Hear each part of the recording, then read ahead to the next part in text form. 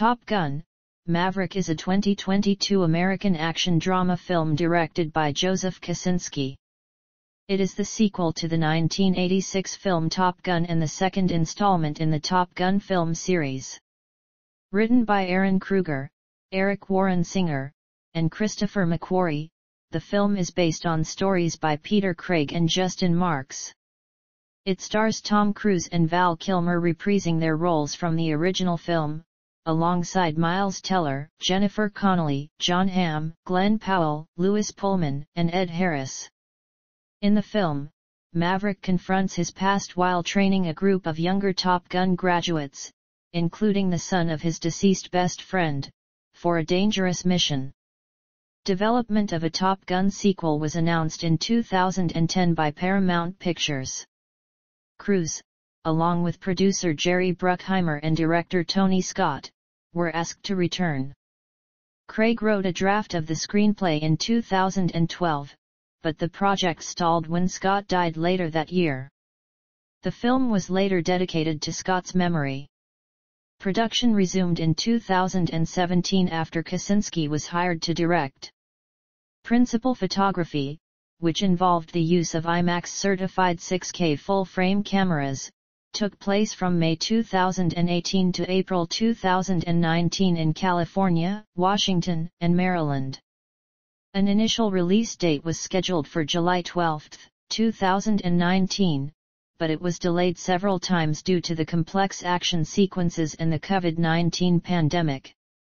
During the pandemic, several streaming companies attempted to buy the streaming rights to the film from Paramount, but all offers were declined on the orders of Cruise, who insisted the film be released exclusively in cinemas. Top Gun: Maverick premiered at Cinemark on April 28, 2022, and was theatrically released by Paramount Pictures in the United States on May 27, 2022, in IMAX, 4DX, ScreenX, and Dolby Cinema. The film was widely praised by critics, with many citing the aviation sequences as the standout element, and deeming it superior to its predecessor.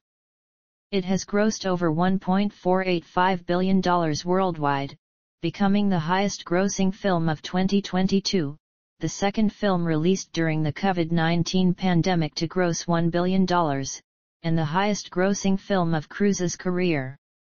Plot: Over 30 years after graduating from Top Gun, United States Navy Captain Pete Maverick Mitchell is a test pilot. Despite Maverick's many distinguished achievements, repeated insubordination has kept him from flag rank. His friend and former Top Gun rival, Admiral Tom "Iceman" Kosinski, is commander of the U.S. Pacific Fleet and often protects Maverick from being grounded. Rear Admiral Chester "Hammer" Kane plans to shut down Maverick's Dark Star scramjet program in favor of funding drones. To save the program from cancellation, Maverick changes the flight plan in the upcoming test from Mach 9 to Mach 10 to meet the program's contract specification. The prototype is destroyed, however, when Maverick pushes beyond Mach 10. Iceman again saves Maverick's career by ordering him to NAS North Island for his next assignment, but Hammer warns Maverick that the era of crewed fighter aircraft will soon end. The Navy has been tasked with destroying an unsanctioned uranium enrichment plant, which sits in a deep depression at the end of a canyon. It is defended by SA-3 GOA surface-to-air missiles, GPS jammers, and what appear to be fifth-generation Sukhoi Su-57 fighters. Maverick devises a plan to attack with two pairs of F/A-18E/F Super Hornets. He learns that he will not take part in the strike. Instead, he is to train an elite group of Top Gun graduates assembled by Air Boss Vice Admiral Bo Cyclone Simpson. Maverick out-dogfights his skeptical students to win their respect. Lieutenants Jake Hangman Sarizen and Bradley Rooster Bradshaw, son of Maverick's late best friend and Rio Nick Goose Bradshaw, clash. Rooster dislikes Hangman's cavalier attitude, while Hangman criticizes Rooster's cautious flying. Maverick reunites with former girlfriend Penny Benjamin, to whom he reveals that Rooster's mother made him promise before she died that Rooster would not become a pilot. Rooster, unaware of the promise, resents Maverick for impeding his military career and blames him for his father's death. Maverick is reluctant to further interfere with Rooster's career, but the alternative is to send him on the extremely dangerous mission. He tells his doubts to Iceman, who has terminal throat cancer. Before dying, Iceman advises that it's time to let go and reassures him that both the Navy and Rooster need Maverick. With Maverick's protector gone, Cyclone removes him as instructor following a training incident in which an F/A-18 is lost. Cyclone relaxes the mission parameters so they are easier to execute but make escape much more difficult. During Cyclone's announcement, Maverick makes an unauthorized flight through the training course with his preferred parameters, proving that it can be done. Cyclone reluctantly appoints Maverick as team leader.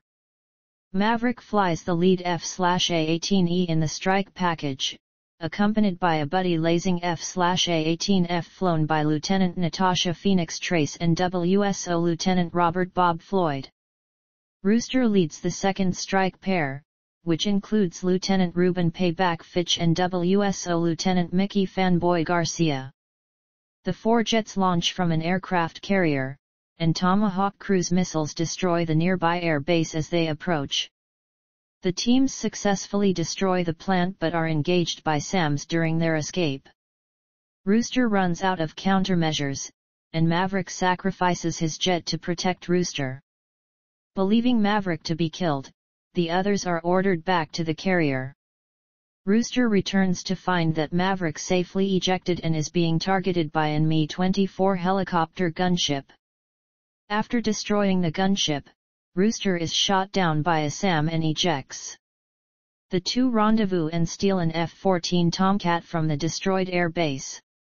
Maverick and Rooster destroy two intercepting Su-57s, but a third arrives as they run out of ammunition and countermeasures. Hangman arrives from standby to shoot down the Su-57, and the planes return safely. Later, Rooster helps Maverick work on his P-51 Mustang. Rooster looks at a photo of their mission's success, pinned alongside a photo of his late father and a young Maverick, as Penny and Maverick fly off into the sunset in the P-51.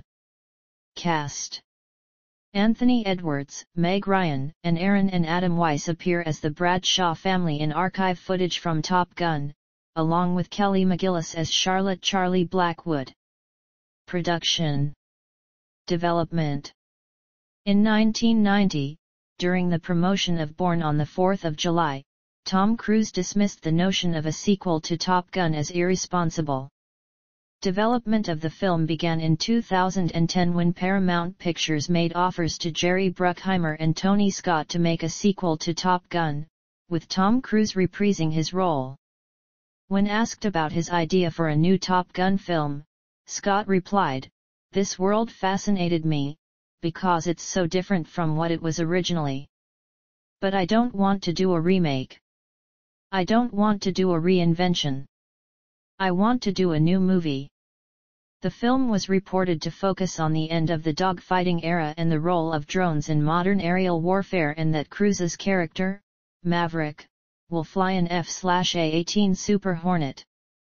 After Scott's suicide in 2012, the sequel's future remained in question, but producer Jerry Bruckheimer remained committed to the project, especially given Cruise's and Kilmer's interest. In June 2017, Cruise revealed that the sequel would be titled as Top Gun: Maverick, as he did not need a number in all sequel titles.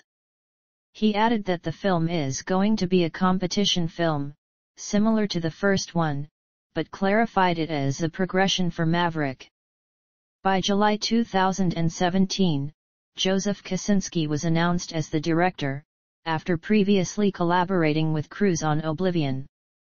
Kosinski met with Cruise on the set of Mission Impossible: Fallout, providing a lookbook, a poster, and a title, Top Gun: Maverick, prior to his hiring. Cruise then contacted Jim Giannopoulos and requested to make the film. On June 19, 2019, at Cine Europe in Barcelona, attendees were able to watch for the first time some early footage of the film from a special Paramount presentation.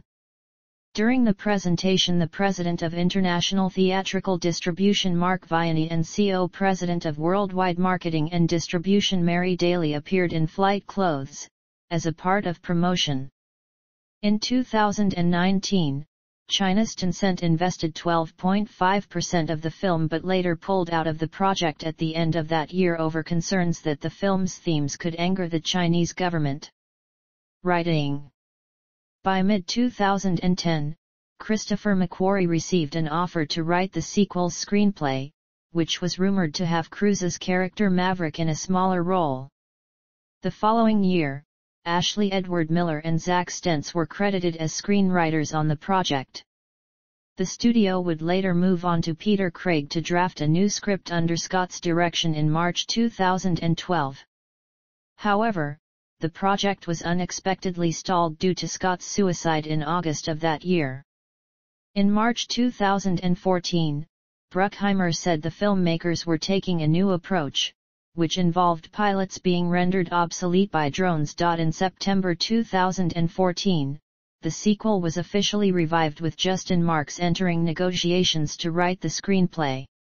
Marks claimed that the sequel to Top Gun was his dream project and that the first film was an iconic film in his memory which inspired him to pursue his film career.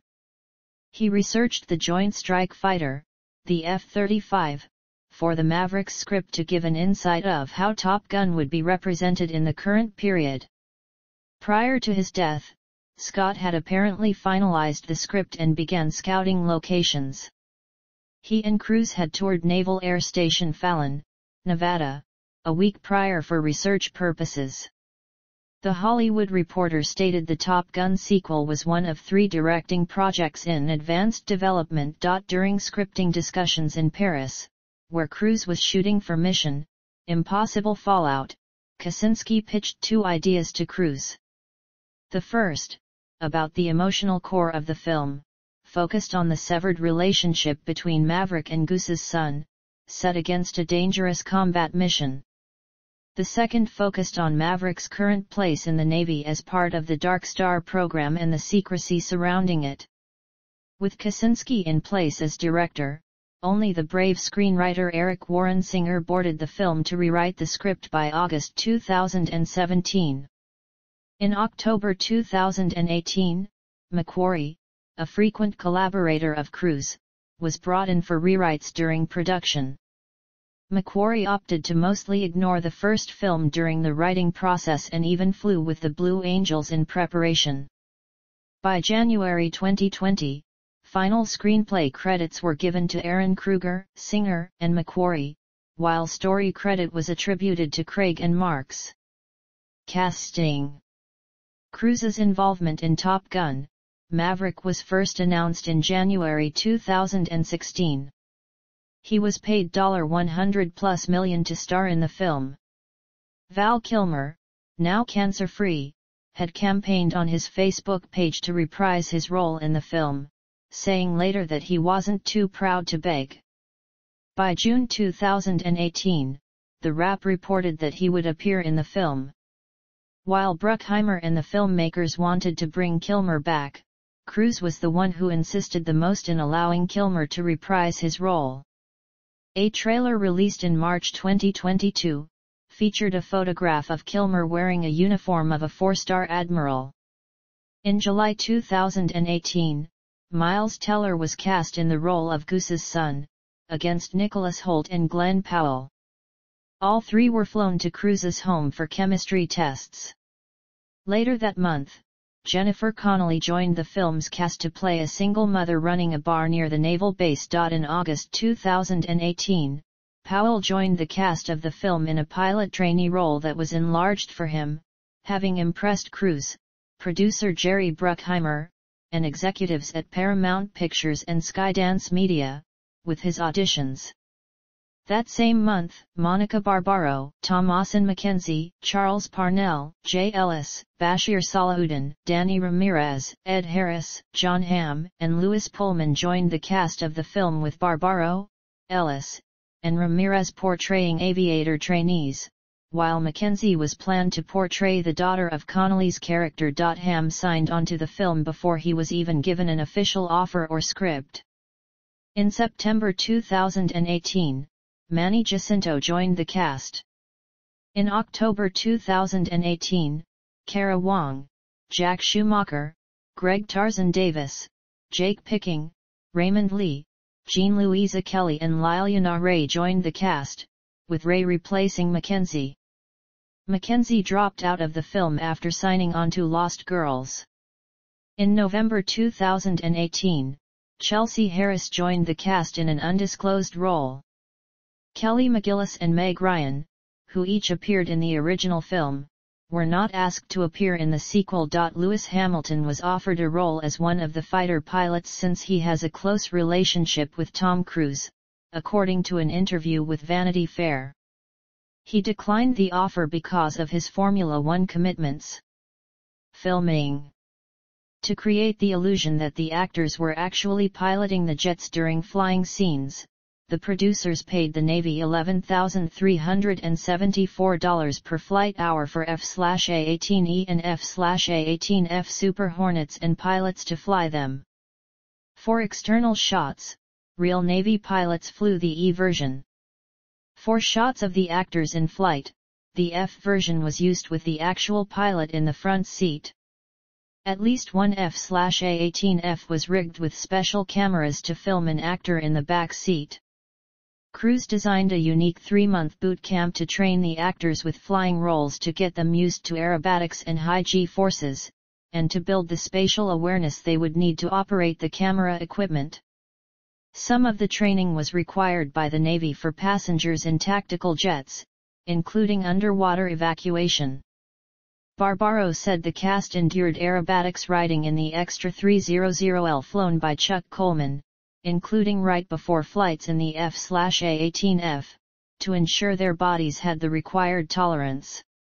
The actors also had to learn lighting, cinematography, and editing to properly run the cameras, because, as Bruckheimer put it, when they're up in the jet they have to direct themselves essentially. Preliminary production on the film officially started on May 30, 2018, in San Diego, California. The crew filmed aerial shots at Naval Air Station Fallon. During late August, a 15-person film crew from Paramount and Bruckheimer Films were aboard the Norfolk-based aircraft carrier USS Abraham Lincoln to shoot flight deck operations. In mid-February 2019, Cruise and the production crew were sighted on board USS Theodore Roosevelt at NAS North Island. In March, filming in the Cascade Mountains was completed at Naval Air Station Whidbey Island in Oak Harbor, Washington, where routes were scouted by helicopter and the L-39 before filming the F/A-18S. On June 19, 2019, Miles Teller revealed in an interview that he had finished filming 2 days earlier. Principal photography was scheduled until April 15, 2019, in San Diego, Lemoore, China Lake, Chico, and Lake Tahoe in California, Seattle, Washington, and Patuxent River, Maryland. The low-pass scene with Ed Harris filmed at China Lake involved flying a Blue Angels plane at less than 50 feet around 450 knots, which on the 20th and last pass resulted in guard shack roof flying off held only by Romex cable. The post-production and editing works were supervised by Kosinski, at his home during the COVID-19 pandemic lockdown. The film was shot in IMAX format using IMAX-certified Sony Venice 6K full-frame cameras. Kosinski explained that the team spent more than a year with Navy forces to use the IMAX cameras inside the cockpit, with 4 cameras facing toward the actors and 2 facing forward, in addition to cameras mounted all over the exteriors of the aircraft. He explained that the audience should feel the authenticity, strain, speed, and gravitational forces, something that cannot be achieved through soundstage or visual effects, which needed a tremendous amount of effort and work. NavAir engineers utilized wind tunnel testing and computer modeling to properly rig cameras to the aircraft to withstand the speeds and G-forces sustained during maneuvering and carrier landings while maintaining safety in the event of ejection. The crew shot the aerial footage outside the F-18S with gimbal-stabilized cameras on 3 different platforms, a nose-mounted rig on one of 2 modified Aero L-39 Albatros that could film at 350 knots and 3 grams, nose and tail-mounted cameras on an Embra or Phenom 300, and a nose-mounted rig on an Airbus AS350 helicopter. More than 800 hours of aerial footage was shot for the film, exceeding the combined footage shot for the films in the Lord of the Rings trilogy. The old military bar was constructed in the beach side in Los Angeles. The steel structure was assembled off-site for visual inspection, then dismantled and rebuilt on set. Aircraft. For most of the planes, including the F/A-18E/F, the production crew acquired 20 working aircraft from all over the country. Hindle said that Kosinski had made specifications for every detail to be designed, including the helmets, suits, props, and several others. Dark Star. F-14. Post-production. In an interview with aviation YouTuber C.W. Lemoyne, one of the VFX artists on the special effects team, Fred Lynn, stated that the use of CGI was extensive in the film, with the F-14 and Su-57 visualized entirely by computer. Lynn also stated that the F/A-18 scenes predominantly involved a single jet, which was then put through CGI to create the dogfight training scenes that depicted multiple jets. The 4-jet strike force at the end of the film was also created through CGI from a single F/A-18. The film's 700 VFX shots were created by 4 studios, with Method Studios completing a majority of the work in conjunction with MPC, Lola VFX, and Blind Ltd. Previs was carried out by Intelligent Species. Production VFX supervisor Ryan Tudhope coordinated the integration of various VFX components used in the film. Skywalker Sound worked on sound design and temp mixing for the film. They were tasked with creating aviation sound effects, working closely with GE Aviation, a jet engine manufacturer out of Cincinnati. With final sound editing and mixing handled by London-based Soundbite Studios and Twickenham Film Studios, which the mix was completed in Dolby Atmos and IMAX during the middle of the pandemic. Recording mixers Chris Burden and Mark Taylor worked in 2 theaters with different audio configurations to complete the mixes, which took place from June-July 2020. Following his treatment and operation for throat cancer, Val Kilmer lost his ability to speak effectively. In 2021, he worked with Sonantic, a UK-based software company that specializes in voice synthesis, to digitally recreate his voice using AI technology and archived audio recordings of his voice. The collaboration with Sonantic led to a successful vocal model program that Kilmer could apply in future projects. For Top Gun: Maverick, however, this technology was not used. Director Joseph Kosinski clarified in an interview that they used Kilmer's actual voice, digitally altering it to enhance clarity. Footage from the original film was used in a scene where Maverick watches Rooster playing Great Balls of Fire on the piano, invoking memories of Goose's family and death. The footage was used as a flashback, which was not planned in the original script. Kosinski introduced the idea during the film editing phase to help explain the characters' relationship and to deepen the emotional conflicts involved. Music.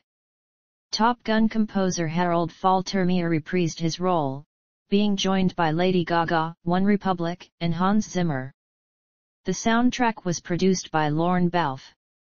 The soundtrack was released on May 27, 2022, through Interscope Records. It was promoted by 2 singles, Hold My Hand by Lady Gaga and I Ain't Worried by OneRepublic. From the first film, the score also incorporates elements of the original Top Gun anthem, and the song Danger Zone, composed by Giorgio Moroder and sung by Kenny Loggins. Marketing. The film's first teaser trailer premiered during a surprise appearance by Cruise at the 2019 San Diego Comic-Con on July 18, 2019. The first trailer received high praise from fans, with many lauding the return of the series and some comparing it to Star Wars: The Rise of Skywalker.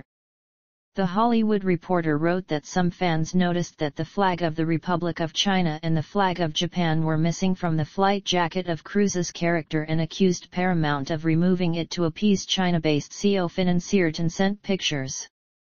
However, the Republic of China and Japanese flags were later restored, as Tencent would end up pulling out of the production, leading to them being uncredited in the final film.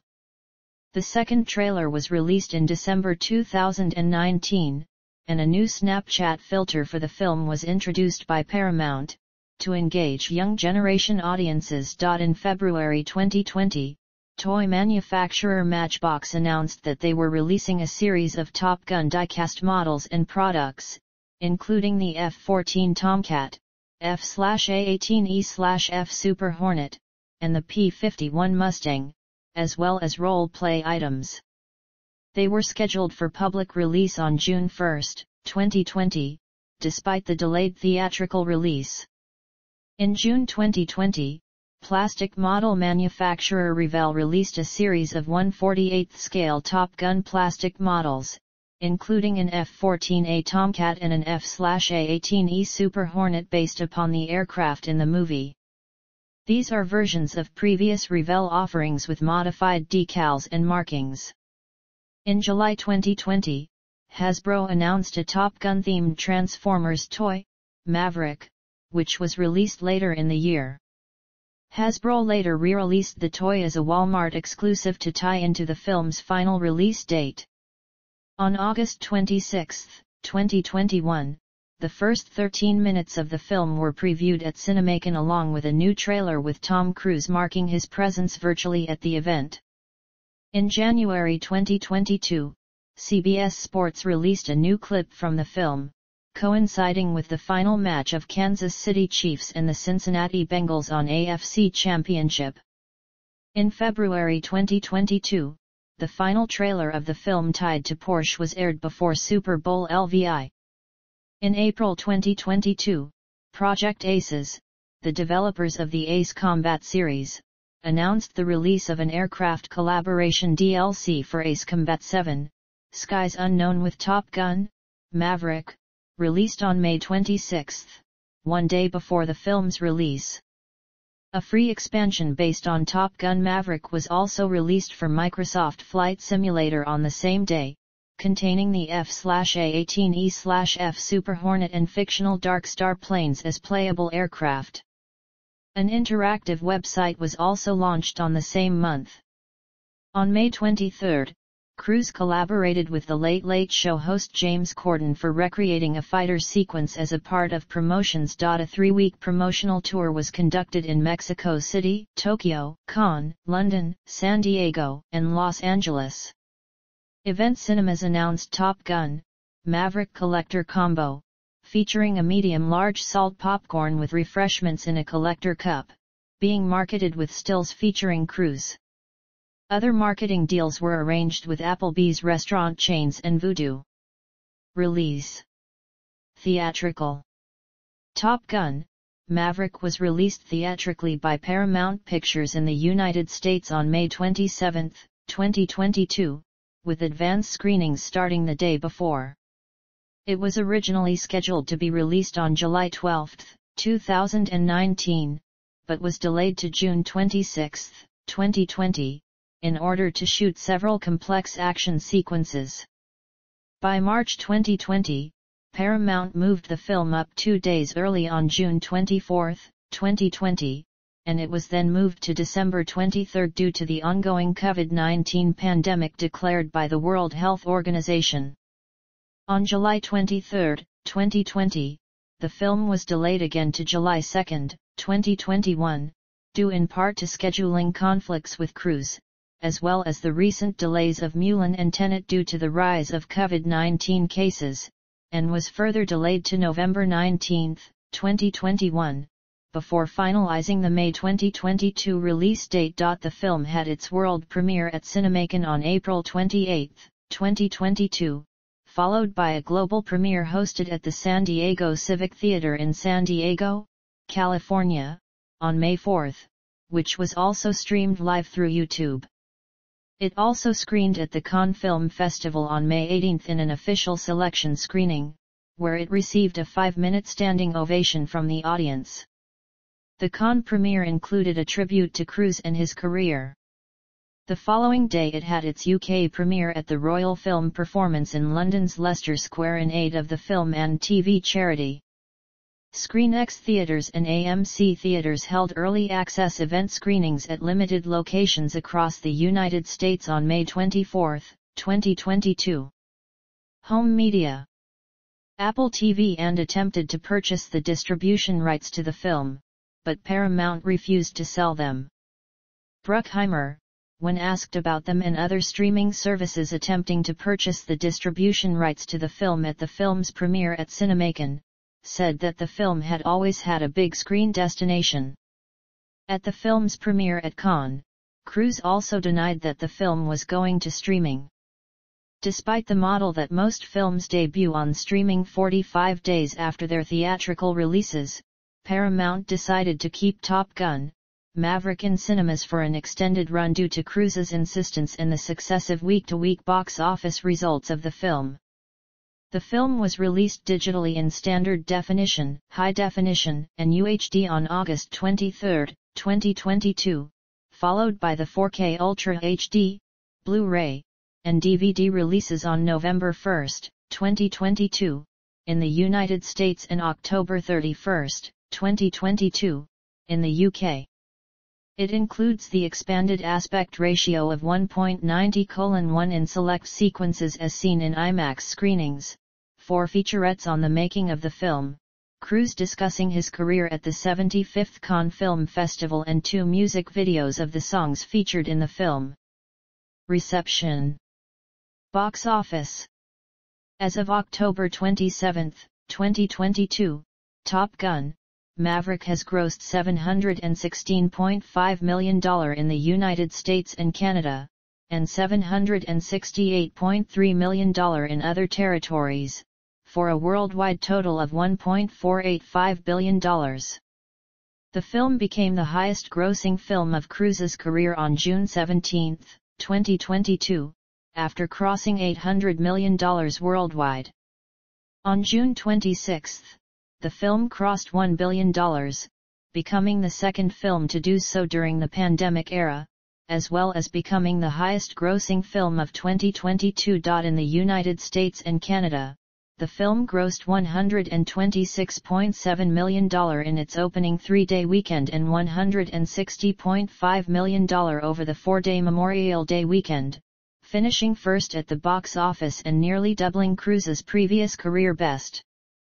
The film also has the largest Memorial Day 4-day opening weekend. In its second weekend, it grossed $90 million. The 29% drop was the smallest ever for a film that had an opening of over $100 million, surpassing Shrek 2. The film was dethroned by newcomer Jurassic World Dominion in its third weekend, though still grossed $51.9 million. On June 13, 2022, Top Gun: Maverick became the first film of 2022 to cross the $400 million mark in the US and Canada. The film remained in the top 5 at the box office throughout its first 10 weeks of release. The film finally dropped out of the top 5 at the box office in its 11th weekend, finishing 6th with $7 million.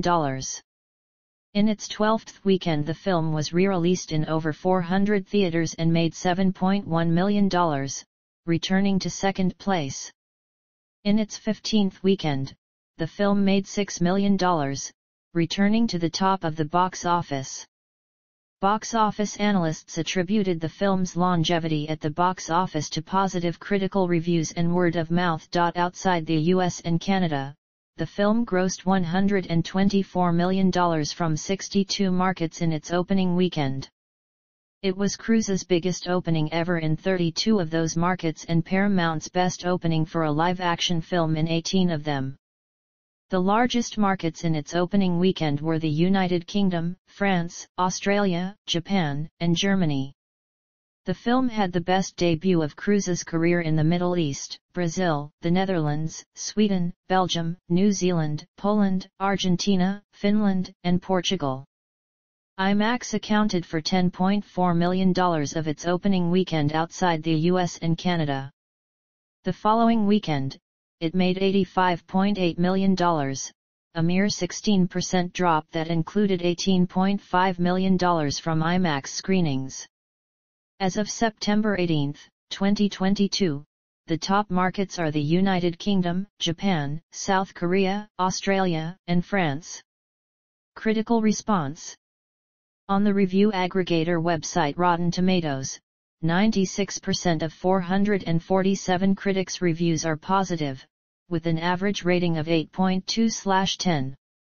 The website's consensus reads, Top Gun, Maverick pulls off a feat even trickier than a 4G inverted dive, delivering a long-belated sequel that surpasses its predecessor in wildly entertaining style.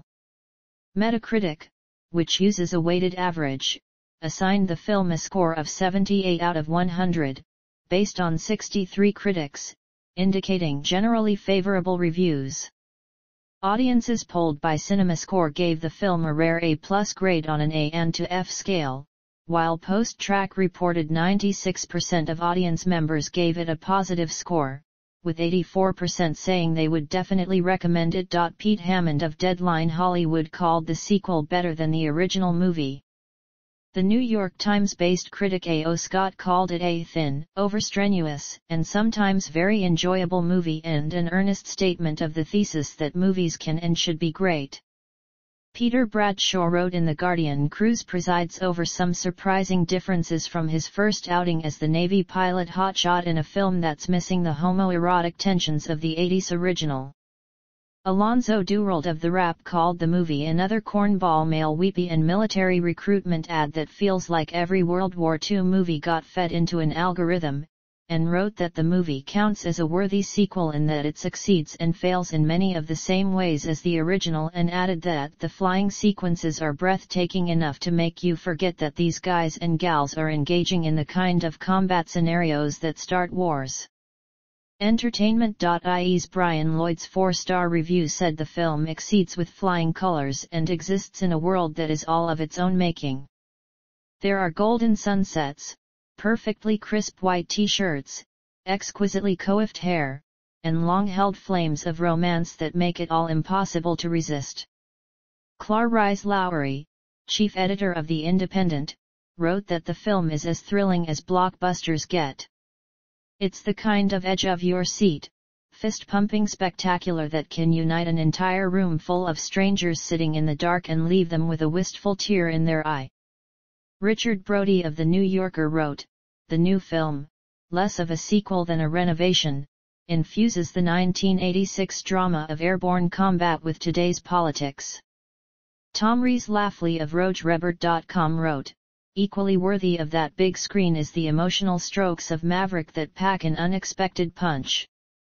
Tatsum Mukherjee of First Post wrote that the film reminded him of James Mangold's Ford v Ferrari, ruminating on the classic predicament of whether man makes machine or the other way round.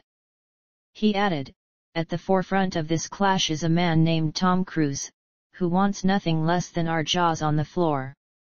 Proving that no amount of multiverse films or superstar cameos will replace the blood, sweat, and adrenaline of an actor legitimately trying to push the boundaries of filmmaking. We can be rest assured that if it's a Tom Cruise film, he will not let us down. Chris Bumbray of Joblo.com called the film as a thrill ride of the highest order and wrote, if you're a fan of the original, this will blow you away, but even if you don't love the 1986 classic, this has a lot to offer. On August 3, 2022, during a Real Blend podcast, filmmaker Quentin Tarantino stated, I fucking love Top Gun, Maverick. I thought it was fantastic. I saw it at the theaters. That and Spielberg's West Side Story both provided a true cinematic spectacle, the kind that I'd almost thought that I wasn't going to see anymore. A longtime admirer of the original Top Gun director, the late Tony Scott, Tarantino added, "There was just this lovely aspect because I love both Tony Scott's cinema so much, and I love Tony so much that that's as close as we're ever going to get to seeing one more Tony Scott movie." The respect and the love of Tony was in every frame. It was almost in every decision. It was consciously right there, but in this really cool way that was really respectful. And I think it was in every decision Tom made on the film. Role of the U.S. military.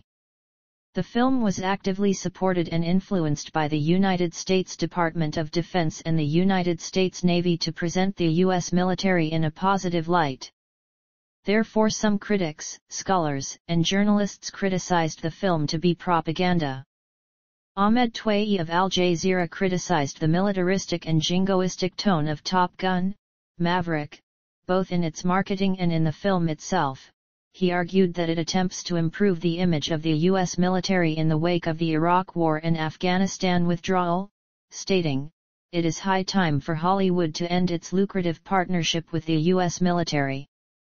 Chase Hutchinson of The Inlander stated the film to be even more of a propaganda film than its predecessor and an extreme endorsement of the military might of the good old USA, particularly jingoistic as enemy can be anyone and justifies force against whoever fits the bill. The identity of the foreign rogue state was left deliberately vague, with no identifying symbols, language, or mention by name. In an article published by NBC News, Sam Thielman wrote, "While technically an update to the iconic 1980s original, this Top Gun hews close to an old-fashioned tradition of soft propaganda for the military-industrial complex dating back to World War II."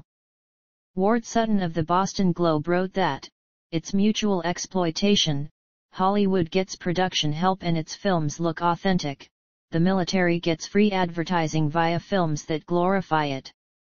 The most powerful propaganda is that which is not easily distinguished as propaganda." Movies like Top Gun, Maverick shape public perception of war, and the military has a hand in crafting these films. Alan MacLeod from Robert Scheer's blog Scheer Post published documents on those quid pro quo agreements between the United States Department of Defense and Paramount. According to University of Georgia Communication Studies professor Roger Stahl, open record requests have revealed that United States military officials were allowed to make changes to Top Gun, Maverick, including the insertion of key talking points such as foreign policy and recruitment. The U.S. Air Force also ran recruitment ads before the film's screenings, with the top U.S. military recruiter telling Fox News that "We want to take advantage of the opportunity to connect not just the movie and the idea of a military service, but the fact that we've got jobs and we've got recruiters waiting for them." The Navy's cooperation in the film was motivated by the goals of recruitment, retention, and showcasing military excellence. In an op-ed for the Los Angeles Times, Stahl criticized the relationship between the Pentagon and the production company, saying that the film's F-18s and other military gear are courtesy of the Pentagon. This is the job of the U.S. Defense Department's Entertainment Media Office, which allows use of such assets in exchange for control of the script. Each military branch except for the Marine Corps, which operates out of Camp Pendleton in San Diego County, maintains satellite offices along Wilshire Boulevard to do outreach with the entertainment industry. The original 1986 Top Gun, which was intimately guided by the Navy, has long represented the military's capabilities when it comes to steering pop culture. Kevin Fox Jr. of People's World wrote, "No one in the film doubts the necessity of the mission. This isn't that kind of war movie. The fact that it's a hostile act on foreign soil without a thought given to any sort of congressional declaration of war is just accepted. No thought is given to the scientists in the alleged nuke facility, nor to the janitors, nor to their families and communities. They simply made the mistake of being born in the wrong country. Vanity Fair's Caleb A. Karma commented that, like the original 1986 movie, it is an exhilarating, beautifully produced military recruitment ad that favors neither Republican nor Democratic sensibilities. It manages to portray a conflict over nuclear weapons as downright fun. Accolades. Lawsuit. In June 2022, the family of Israeli author Ehud Yonai, who wrote the California magazine article Top Guns in May 1983 that inspired the first film, sued Paramount for copyright infringement over the release of Top Gun, Maverick and sought damages as well as an injunction against the film's distribution. Jerry Bruckheimer produced the original film, whose screenplay was written by Jim Cash and Jack Epps Jr., all three men participated in the sequel.